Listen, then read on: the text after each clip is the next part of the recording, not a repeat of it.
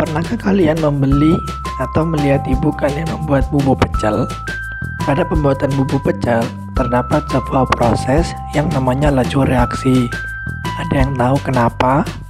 Yuk, simak videonya. Kepadatan bumbu kacang yang sudah digirus dikarenakan bertambahnya jumlah air hangat pada pembuatan bumbu pecel merupakan salah satu bentuk laju reaksi. Laju reaksi itu sendiri merupakan berkurangnya konsentrasi bereaksi. Artinya, konsentrasi kepadatan bumbu kacang mulai berkurang karena dicampur dengan air hangat. Cepat lambatnya proses reaksi kimia yang berlangsung dinyatakan dengan laju reaksi. Dalam mempelajari laju reaksi, digunakan besaran konsentrasi tiap satuan yang dinyatakan dengan molaritas. Apa sih yang dimaksud dengan molaritas? Molaritas sebagai satuan konsentrasi dalam laju reaksi. Molaritas menyatakan jumlah mol zat dalam 1 ml larutan. Sehingga molaritas dinyatakan dengan satuan M dengan rumus sebagai berikut. M sama dengan N per V, di mana M merupakan molaritas, N adalah jumlah mol, dan terakhir V volume dalam satuan mililiter. Faktor-faktor laju reaksi. Faktor-faktor yang mempengaruhi laju reaksi antara lain: yang pertama, konsentrasi reaktan. Semakin tinggi konsentrasi, semakin banyak jumlah partikel reaktan yang bertumbukan, sehingga semakin tinggi frekuensi terjadinya tumbukan dan lajunya meningkat. Suhu juga berperan dalam mempengaruhi laju reaksi. Apabila suhu pada suatu reaksi yang berlangsung dinaikkan, maka menyebabkan partikel semakin aktif bergerak, sehingga menyebabkan laju reaksi semakin besar. Tekanan. Kelajuan dari reaksi juga dipengaruhi tekanan. Penambahan tekanan dengan memperkecil volume akan memperbesar konsentrasi, dengan demikian dapat memperbesar laju reaksi. Keberadaan katalis.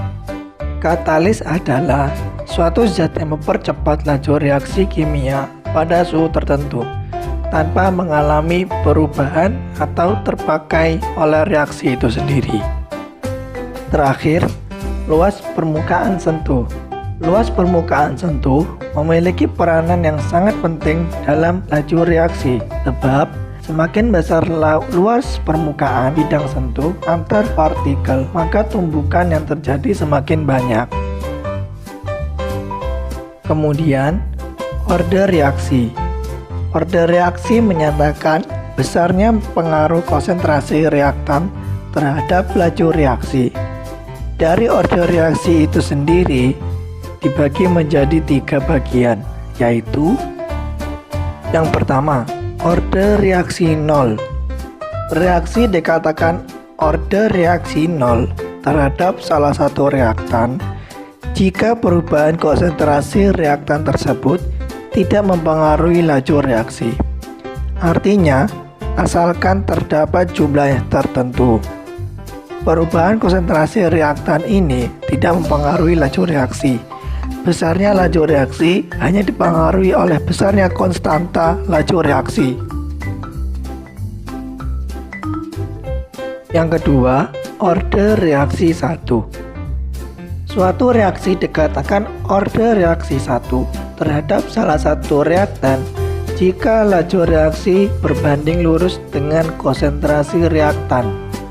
Jika konsentrasi reaktan itu dilipat 3 maka laju reaksi akan menjadi 3/1 atau 3 kali lebih besar.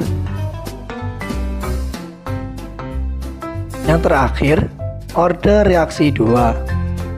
Suatu reaksi dikatakan order reaksi 2 terhadap salah satu reaktan jika laju reaksi merupakan pangkat 2 dari konsentrasi reaktan. Jika konsentrasi reaktan itu dilipat 3 kan, maka laju reaksi akan menjadi 3/2 atau 9 kali lebih besar. Selanjutnya, teori tumbukan. Tumbukan adalah suatu zat bereaksi dengan zat lain jika partikel-partikelnya saling bertumbukan. Tumbukan yang terjadi akan menghasilkan energi untuk memulai terjadinya reaksi.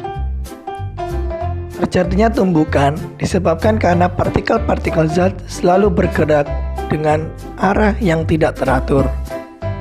Tumbukan yang bereaksi tidak selalu menghasilkan reaksi, hanya tumbukan yang menghasilkan energi yang cukup dan arah tumbukannya yang tepat atau searah. Maka tumbukan ini dinamakan tumbukan efektif. Baiklah teman-teman, itulah tayangan video materi belajar dengan judul Laju Reaksi kelas 11. Semangat dan jangan lupa belajar teman-teman.